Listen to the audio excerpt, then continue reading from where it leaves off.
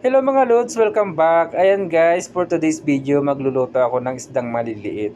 Yung isda na yan is nakita ko sa lulo kanina guys, ang mura niya 8 real lang ang 1 kilo. So 14 real yata yung nakuha ko. So yung iba is tutuyuin ko, tapos ito yung palalambutin ko ang tinik. So ang ginawa ko guys, nakakita ako ng mustasa sa lulo kanina. So naisip ko kasi ibalot siya sa dahon para hindi madurog kasi palalambutin nga natin ang tinik niya. So, nakakita ako ng dahon ng saging kanina sa lulo pero napakamahal naman, 23 real. Tapos hindi po pa makain. So, dito na lang tayo sa mustasa, no guys.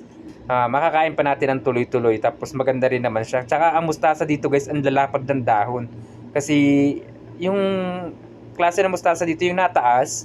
Kaya kung makikita mo pag bumili dito sa Saudi ng mustasa is malalaki ang katawan kasi tumataas ang mustasa dito.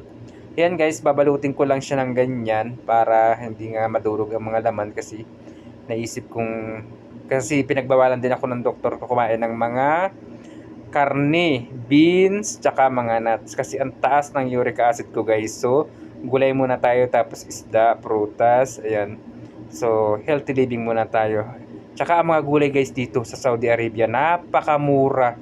Hindi kayo mamumroblema, napakamura ng gulay dito. Ang sibuyas dito, 1.25 real lang ang 1 kilo. So, napakamura nun. Tapos, kamatis, bawang, patatas, lahat guys ng bilhin. Ang kangkong dito mura din. Marami din kangkong dito guys. Magaganda rin ang kangkong dito. Mustasa pichay meron din dito. Hindi ko alam guys kung dito sa Saudi Arabia is ang init-init ng panahon. Pero napakamura ng mga gulay. Napakamura ng mga prutas nila.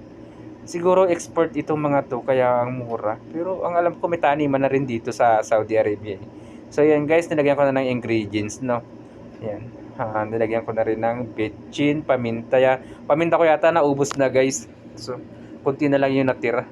Ayan, inubos ko na. Sinaid ko na yung paminta ko. Yan. Buo yung paminta na yan binili ko.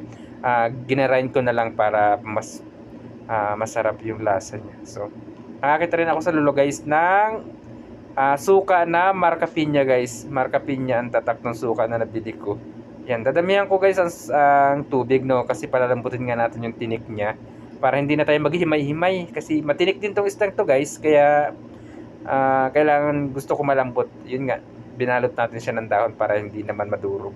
Tapos guys, yung mustasa na yan sa huli na. Ayan guys, yung marka pinya. Mura yan siya guys dito. 7 real. Tapos yung dato puti is 11. So, yan na tayo sa marka pinya. Masarap din yan guys. Yan guys, pakukuluan ko lang. And maluluto na yan guys. Palalambutin ko na. Okay, bye. Okay guys, bye-bye. See you next vlog. Don't forget to follow guys and my YouTube channel, Mark TV channel. Pasubscribe naman na mga guys. Pasubscribe please. Okay, bye-bye. See you next vlog.